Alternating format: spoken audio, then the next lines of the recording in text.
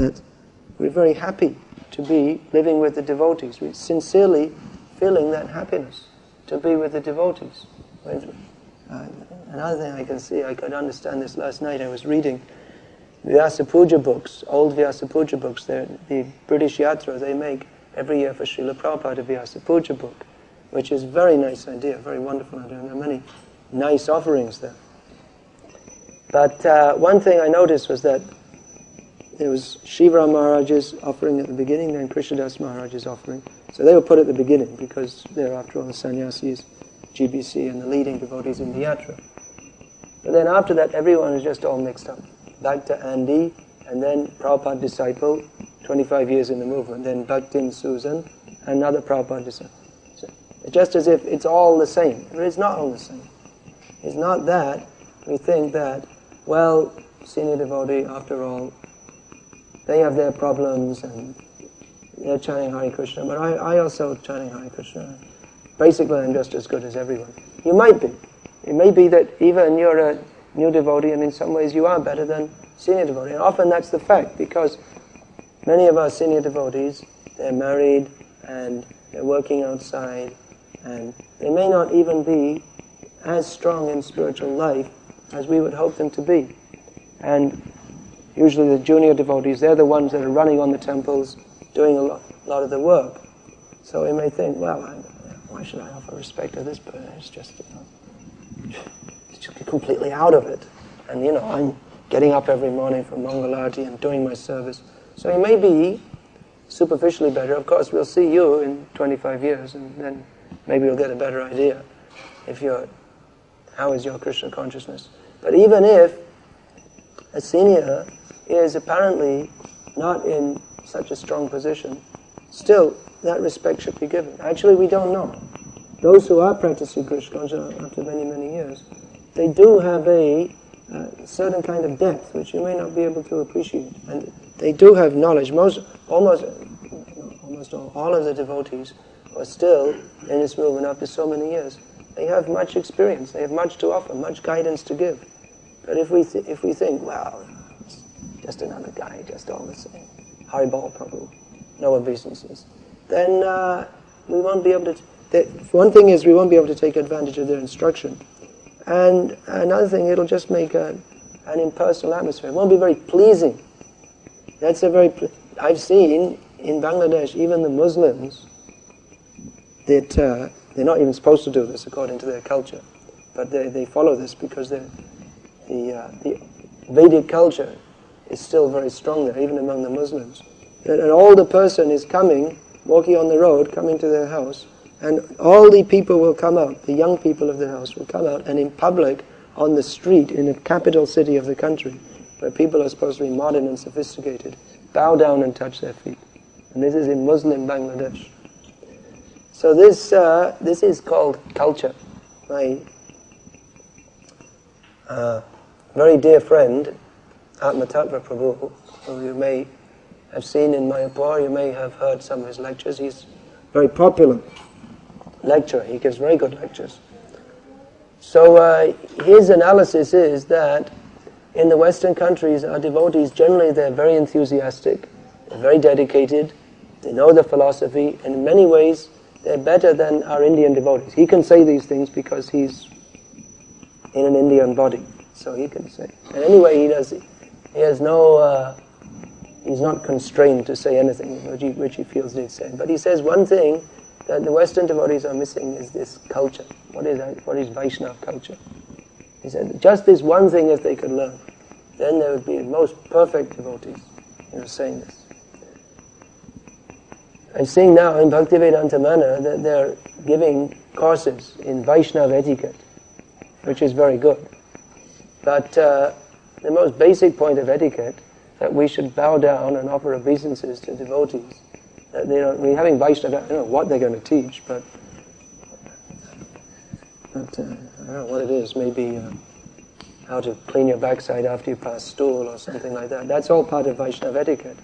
But the first thing is that when we see a devotee, especially a senior devotee, we should offer obeisances.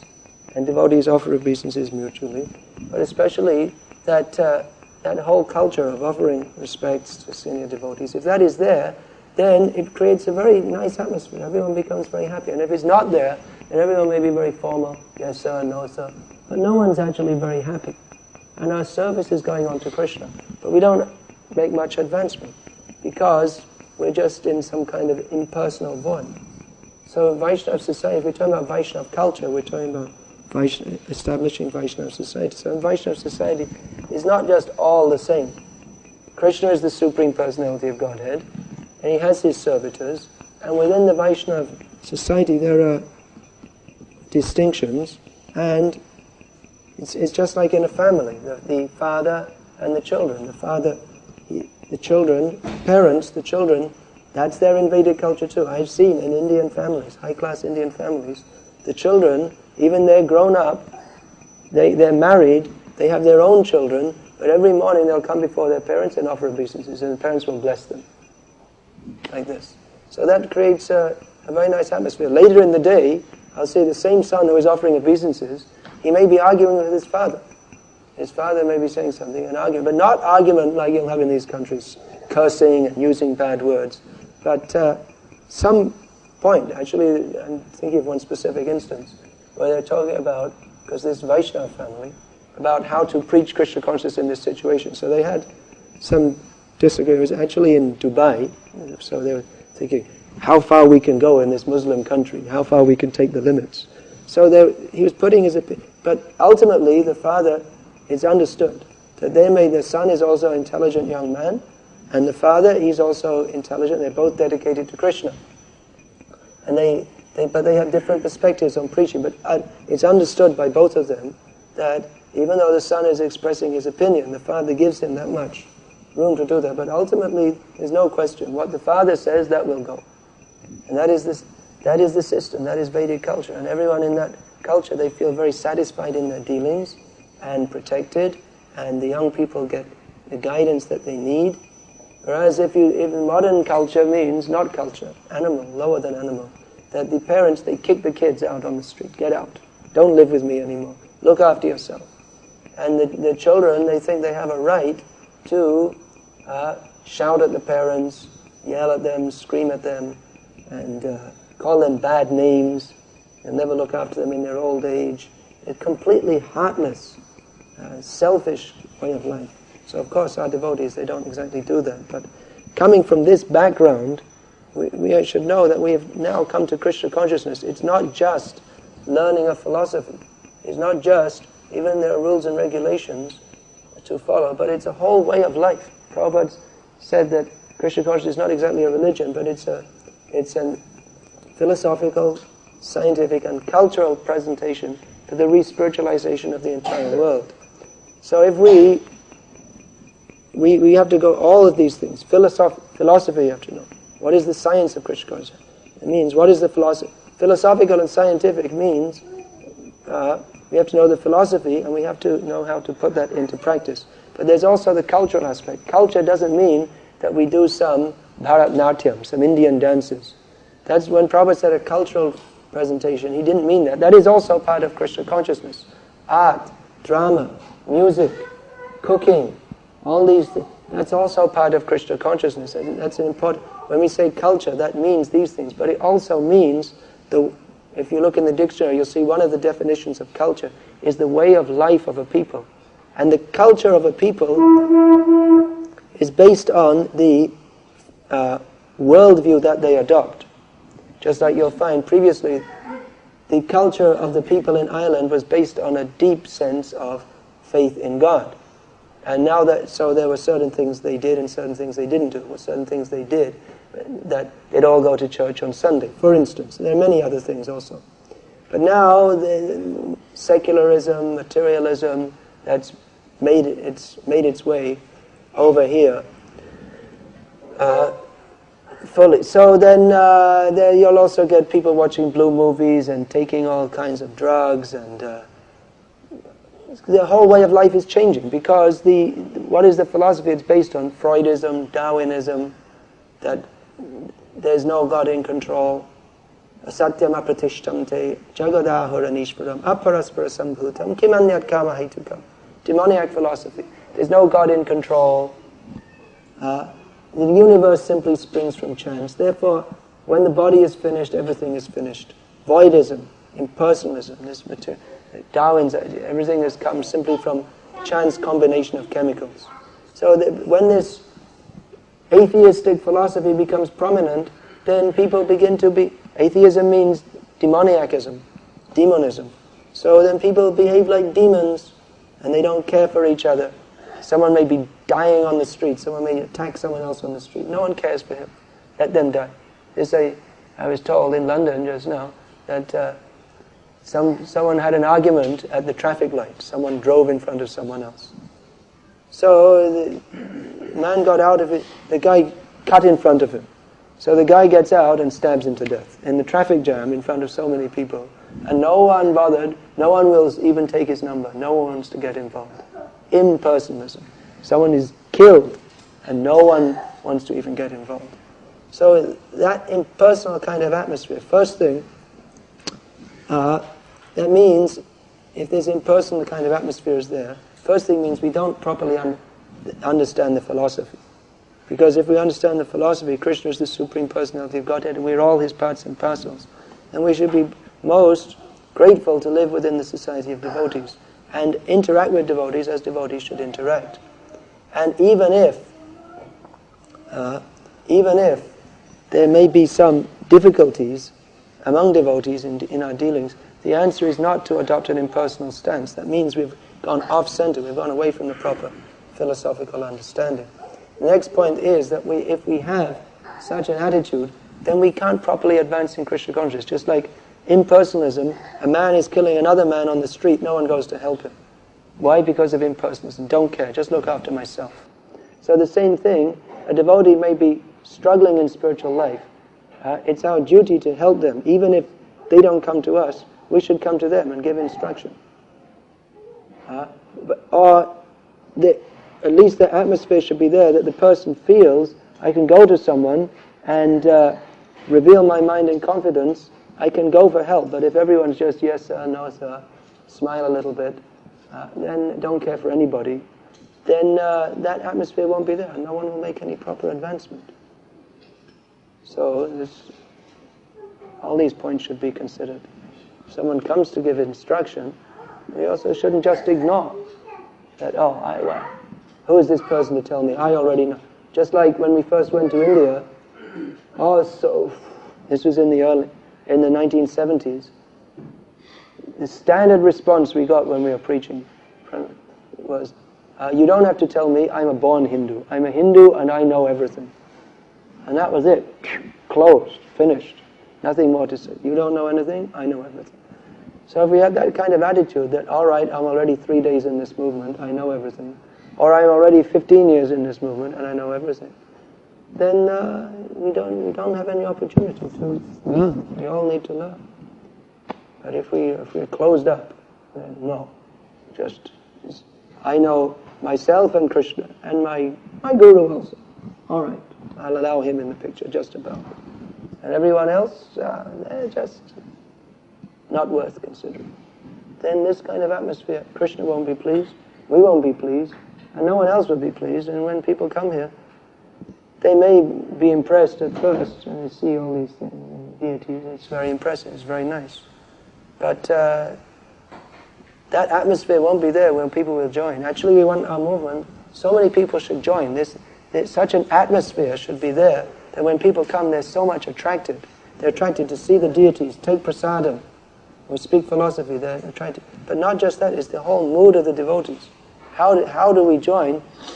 At least I know in my generation we joined because the mood of the devotees was so dynamic and so feeling and loving that we want to be part of this. This is different to the material life where everyone is just formal. These people are not just formally living with each other, but they're dynamically engaged in Krishna's service. That when someone speaks to you, a devotee speaks to someone who's visiting, they feel so much attracted by this personality because this person is alive with Krishna consciousness and communicating that to others. So people are attracted to such personalities and to the atmosphere that is created when we're in that outgoing preaching mood. that we want to embrace the whole world. Everybody, come in. Come in. We'll give you prasad. We'll give you shelter. We'll give you guidance. We'll give you a path by which you can go back home, back to God and back to Krishna. So if that kind of atmosphere is there, then people are going to join our movement. That's how it should be. Actually, our movement should be that so many people are coming to join. And I'm sure in this country also that we can make a lot of devotees. We used to in the past, and we can do it again. But we have to have faith in, first of all, we have to have faith in Krishna, that people, they need to come to Krishna. We should have so much faith that people we meet, we should bring them to Krishna. We should have faith that by bringing them to this movement, they will be eternally benefited. And we have to be ready also to take that trouble, bring people, preach to them. Don't just give them a plate of prasadam and that's finished. And then, just smile at them, be nice. Now, preaching means you may not even be nice. You may be very heavy. Many people joined our movement because the devotees preached to them so heavily, and they argued with them. But they went away, and their head was spinning, and they thought, well, actually, that's right. I know many devotees have told me that. The first time they came to the devotees preached them so strongly, and they couldn't tolerate it. Why? Because they're impersonalists. They expect when you go to an ashram, the sadhu will smile at you. That's all. And they're shocked to meet someone, and for the first time they meet someone, and that person speaks to them so strongly. But then eventually they realize that this person is speaking to me strongly. Why? It means, why should he take the trouble to speak to me so strongly? Because he cares. He actually cares that I'm an impersonalist. He actually cares. He doesn't want me to insult Krishna. So they actually care for me. That's right. I know myself when I first came. Big philosopher walked in the door and they smashed me. Completely smashed. No, you're wrong. Oh, you said I'm wrong? How can you say I'm wrong? People don't say that. You don't just meet people and they tell you you're all wrong and you're bogus and your philosophers are all wrong, you don't know anything. It was heavy. But then, Then I asked, well, how do you say you're so right? You're telling me I'm... And then they gave their reasons. This is Shastra. This is realized knowledge presented by authorities. Those who are perfect authorities. Oh, this. All right. Okay. All right. It's damn difficult to swallow, but intellectually I have to accept it. And not only intellectually, but the person who's doing it is not just out there to... But also there's prasadam, come to the temple, dancing, deities. So everything is there. We have the formula. We've got everything to give the misguided people of this world, and there are so many. Everyone is suffering. We have the solution. The solution is chant Hare Krishna and be happy. We've got it. We're so fortunate. And all we have to do is to give that to others. People want this. I know in Ireland, especially, there's so many young people here, maybe young people, maybe older people also, who they're good candidates. They can come to Krishna consciousness. There's very, very good scope. People in modern age means people are suffering like anything. They put on a brave face, they're smiling. But inside, people are suffering. We know, because we were in the same position ourselves. And things haven't changed that much. The world is still going on. There are devotees and there are non-devotees. But so many of these non-devotees, they can become devotees. The scope is there. There's tremendous scope. So here we are, practicing Krishna consciousness here to set an example for others, but we also want to bring people in. There are some problems we want to create in our temples. I would like to see one problem in this temple. I would like to see the problem that there's no space for all the devotees, and there's a big line. Everyone has to get up early in the morning for passing and going to shower. And everyone's in such a hurry to go to Mangalarti, there's no time. So they run down to the lake and put a couple of buckets over them. This problem I'd like to see. It's a funny thing, actually. We seem to have two kinds of temples in our movement. One is totally overcrowded. There's like a tiny little space with so many devotees. And the other is big properties with no one in them. So, of course, this is like somewhere in between. And from that point of view, it's somewhat. It's neither overcrowded nor totally empty. But let's make that problem. No space.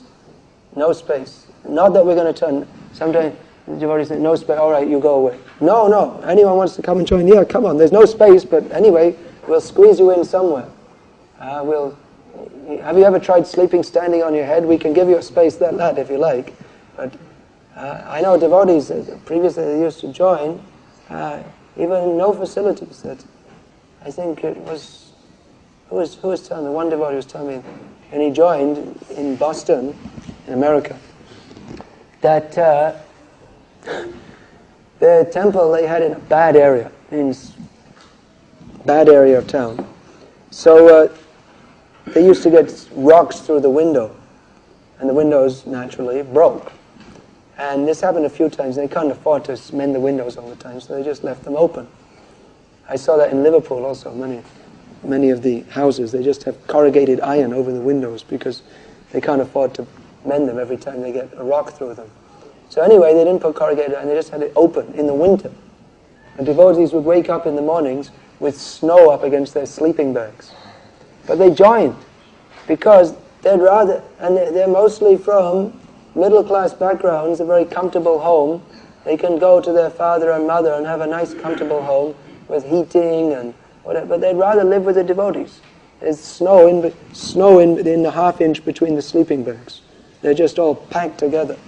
In London, in Berry Place, that temple when I joined, if you came in after 10 o'clock at night, you couldn't get in because you couldn't open the door because every inch of space was covered with bodies. And you couldn't get them up either because once they were down, they were down. The stairs going up is just a small stairway. But sometimes, so where it goes around, the stair becomes bigger at one end. So some of our shorter devotees, they would sleep on that sometimes. And the brahmachari room was about, if you take this area here, not including the altar, about half the size of this. And we had at that time we had about 60 brahmacharis staying in the temple. There was one shower. So you were allowed approximately 5 seconds, maximum 8 seconds in the shower. And if you spent any more time, you'd be physically pulled out. So that's how it was. But devotees were in ecstasy, in bliss, because we were just going out on book distribution and Harinam. Prasad was wonderful, and it was just any devotee who was ever at that Berry Place temple, I know, is the most ecstatic temple. Devotees didn't care about the difficulties because they're just in complete ecstasy of chanting, dancing, taking usually far too much prasad, and distributing books. Deities were so beautiful, so merciful. I remember one devotee said to me that we were discussing how wonderful this temple is. This is a very senior devotee at that time, very learned. So he said, actually it's all because of the temple president. I said, yeah, the temple president, and everyone appreciated the temple president, it was very nice. He said, I'm not talking about Vichachaviriya Prabhu, although he's also wonderful, but the real temple president here is Radha Nandanishra, because everyone is so much dedicated to them that everyone simply, they want to serve, that everyone's simply thinking, whatever service I'm doing, let me do it for the pleasure of Radha Nandanishra. That is personalism. Means that everyone's thinking, how can we all serve Nandanishra? Because everyone is so much dedicated to them that everyone simply, they want to serve, that everyone's simply thinking, whatever service I'm doing, let me do it for the pleasure of Radha Nandanishra. That is personalism. Means that everyone's thinking, how can we all serve the deities very nicely, and such a nice atmosphere was created that anyone who walked in there, they didn't want to walk out again. And they walked into the temple and they're saying, hey, this is better than outside. Where I've been all over the world, so many different places, but this is something special. And it is, because it's not the material world. The temple is not the material world. It means the atmosphere of the spiritual world that the people walk in. What is this? This is something wonderful, different. And immediately feel attracted, because the whole material world, it's only a false attraction. And those who are a little bit purified, when they enter the Vaikuntha atmosphere, then immediately their feelings of attraction for Krishna sprout up. So this is the atmosphere. And that atmosphere comes when we have the preaching mood. We're thinking, how can we bring people to Krishna? How can we make people devotees? If we're thinking like that all the time, how can we make people devotees? Then automatically we come to a higher level of Krishna consciousness. Whereas if we're not thinking like that, then we tend to become a little dull. So preaching is the essence of this movement. And that preaching mood is very strong. Preaching, sincerely thinking how we can bring people to Krishna. There's another kind of preaching mood. Let me show. I'm the best preacher. Our temple is the best. Our zone is the best. So that may also be there. But if that is the predominant mood, then usually that turns into false egoism. And then leaders start pressing the devotees, pushing them just to show that I'm the best leader. We have to distribute more books. We have to open more temples. I have to show the other temple president. That competitive spirit may be there, but if it's taken out of focus, out of proportion, then we get the kind of situation which we did have in the past, where there was actually sometimes exploitation, misuse of devotees, but for the wrong motives, the preaching was going on. So actually that's not, the preaching should go on, but with this mood, how we can bring people to Krishna. And that means leaders are also preaching to the devotees, they want to see that they are very happy in Krishna consciousness, that they're very satisfied in their service, that their consciousness is very clean. Therefore the first preaching, charity begins at home, preaching among the devotees, and then going out all together to preach among the non-devotees, to try and bring them to Krishna. So this kind of atmosphere, if that is set up, then everyone who comes into the atmosphere, they'll be overwhelmed with happiness. And we ourselves will be overwhelmed with happiness. Dancing will come automatically. You don't have to think, oh, now it's time to dance. Okay, lift up my leg.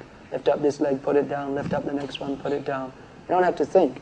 But automatically the atmosphere will be so ecstatic. Kathaganam, natyam gamanam.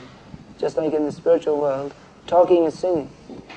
Walking is dancing. So that is the atmosphere of our temples, where Krishna, the Supreme Personality of Godhead, is recognized as such, the Supreme Person. And everyone serves him with great personal feelings for Krishna, for his devotees, and for all living beings. Hare Krishna. Any question or comment, please? There's a phrase you used the last evening, as you were describing Krishna, and it sort of reminded me of what you were saying about older devotees who were there for a long time. They have a certain relationship with Krishna. And something about seeing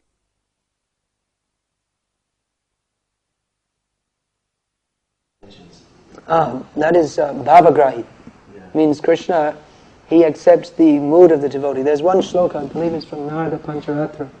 Prabhupada used to sometimes call this also bhavagrahi. That's also one of Vishnu's names in the Vishnu Sahasranam. What is it? That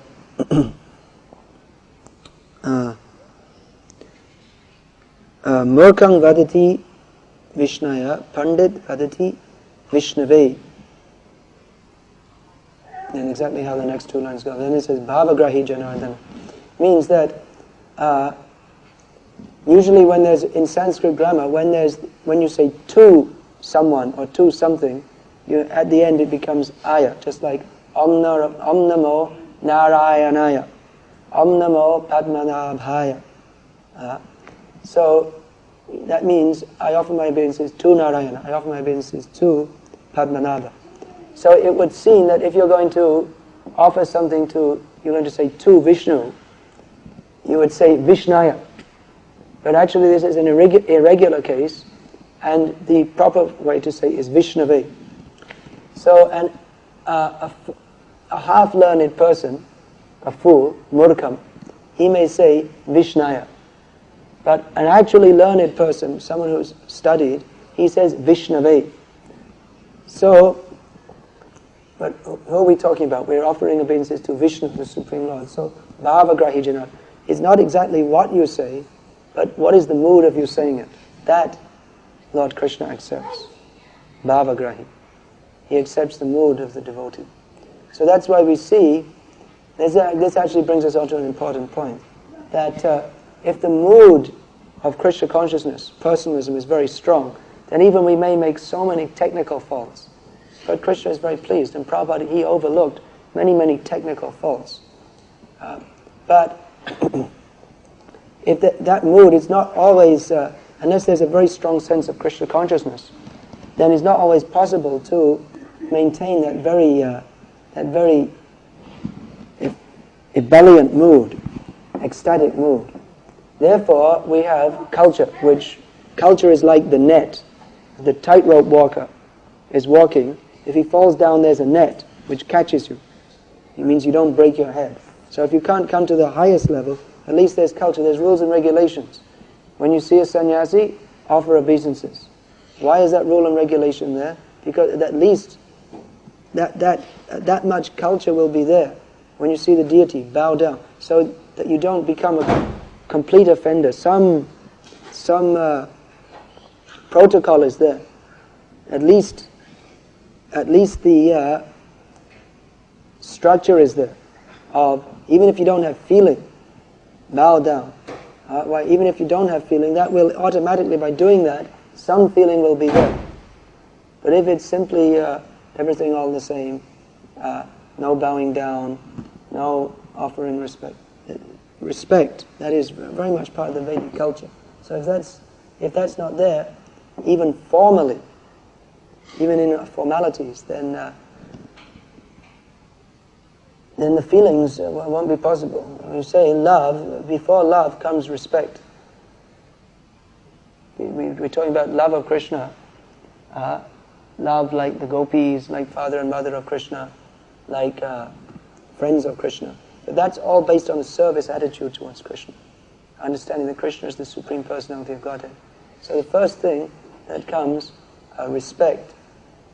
Then, from respect, when that is reciprocated, then comes trust. Then on trust can be built up love. We're talking about love of God. There's not such a cheap thing. It's not such an easy thing. We have to work for that. And the first thing is that among the devotees there will be proper atmosphere created. Any other question or comment, please? Please.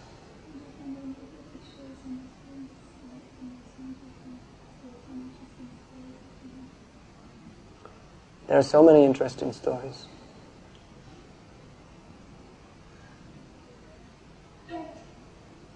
The whole life is interesting for one who's interested. Everything we do. Every day we're chanting the Hare Krishna Maha Mantra. Every day we have so much opportunity to make so much advancement in spiritual life by chanting Hare Krishna. But that depends. Bhavagrahi janadina. What is our bhav? What is our feeling? What is our attitude? We can chant formally, or we can chant with feeling. If we chant with feeling, then Krishna reciprocates. Every moment is an adventure. Every moment is a meaningful experience for one who takes to Krishna consciousness with seriousness, with attention. It's not, of course, there are many nice stories of different devotees, the things they do, the people they meet. There's so many interesting things. But it's not that we're just living our lives and it's kind of boring, and then time to time we do a little preaching and it becomes exciting. But rather, every moment of a devotee's life is full of meaning.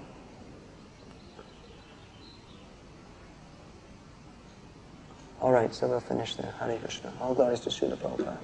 Srimad Bhagavatam ki jai.